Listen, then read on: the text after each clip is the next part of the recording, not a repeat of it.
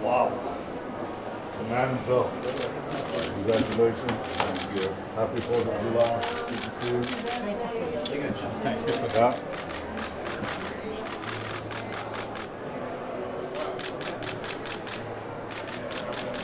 Ambassador David Friedman, Mrs. Tammy Friedman, Mr. Benjamin Netanyahu, Prime Minister of the State of Israel, and Mrs. Sara Netanyahu. It is now my high honor and privilege to introduce the Prime Minister of the State of Israel, Benjamin Netanyahu. May God bless you, may God bless Israel, and may God bless the United States of America. Thank you.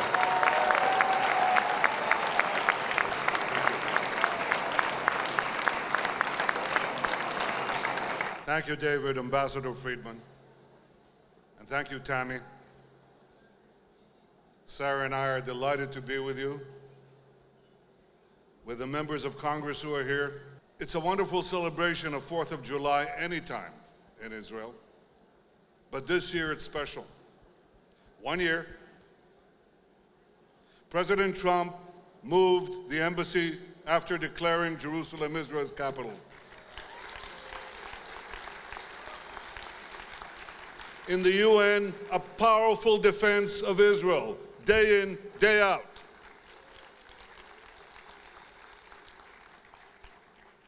And you remember that Iran nuclear deal? Remember that? President Trump decided to leave this bad deal, and he did the greatest thing for the security of the world and for the security of Israel. Now, you should know that this is not yet universally accepted. And I can tell you that this week, there's going to be a meeting. And the meeting's going to be in Europe. Can you hear me? You got to hear this. Listen to me carefully. There is a meeting this week by the P4 without the United States. They're going to discuss how to go around the decision that President Trump and the United States made to leave this bad deal, which is funding Iran's terrorism and its aggression with billions of dollars.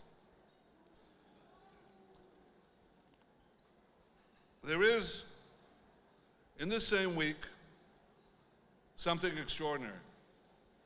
The P4 invited Iran's president, Rouhani, to attend that meeting. But at the same time, in recent days, this same regime dispatched a terror cell to carry out a major terrorist action in France.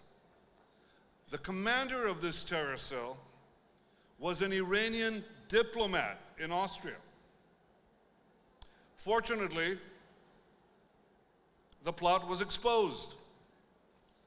The cell's Iranian members were arrested in France, Belgium, and Germany. France and Germany are part of the P4. At the time of their capture, the cell members had explosives, detonators, and more. European authorities are now completing their investigation and are expected to charge the Iranian agents and cell members behind the plot. This Iranian terror plot was planned on the soil of Europe on the same week that the European leaders are supposed to meet the president of Iran about circumventing the sanctions on Iran. Here's my message to the European leaders. Stop funding the very regime that is sponsoring terrorism against you and against so many others. Stop appeasing Iran.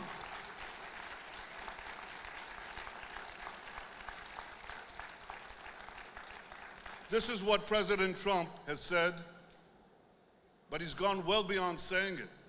This is what he is doing, and we in Israel can appreciate this. We're grateful for America's independence. We're grateful for America's strength. We're grateful for America's alliance with Israel. Now, you know I'm both the Prime Minister and the Foreign Minister. So I can tell you, we have relations with 160 countries. And some of these are terrific friends.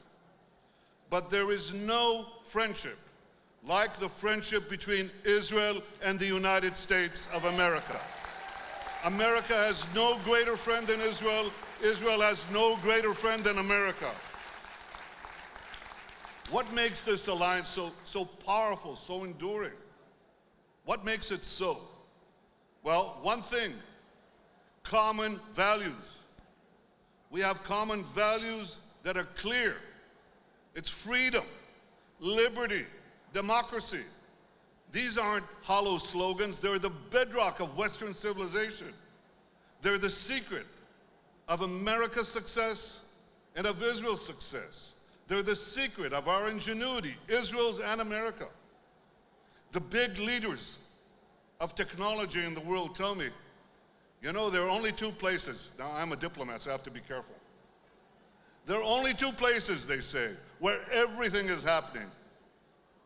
The other one is America. No, I don't mean that. We have tremendous respect for American ingenuity, for American creativity, for American mobility, for American capacities in every field. And we know where that comes from.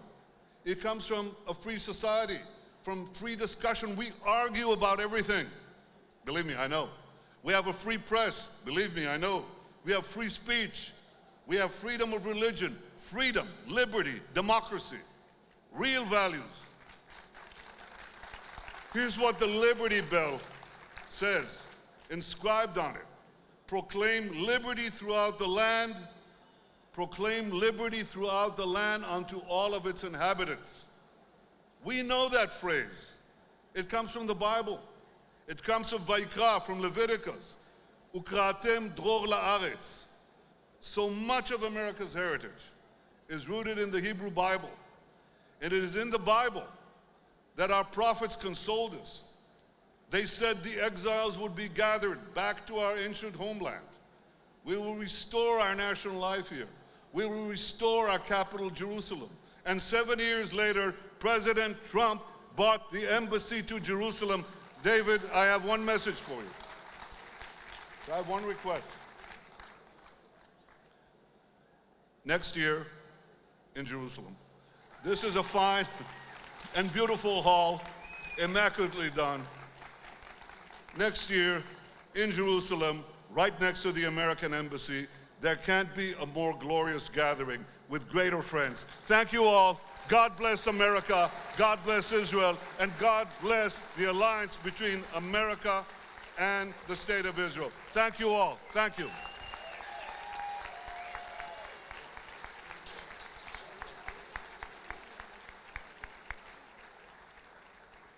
Wishing everyone here, everybody watching, everyone in the United States, everyone in the State of Israel, happy birthday to the United States. May it be a year of growth, of health, of prosperity, and most of all, peace. Baruch atah Adonai Eloheinu melech haolam borei pri hagafen.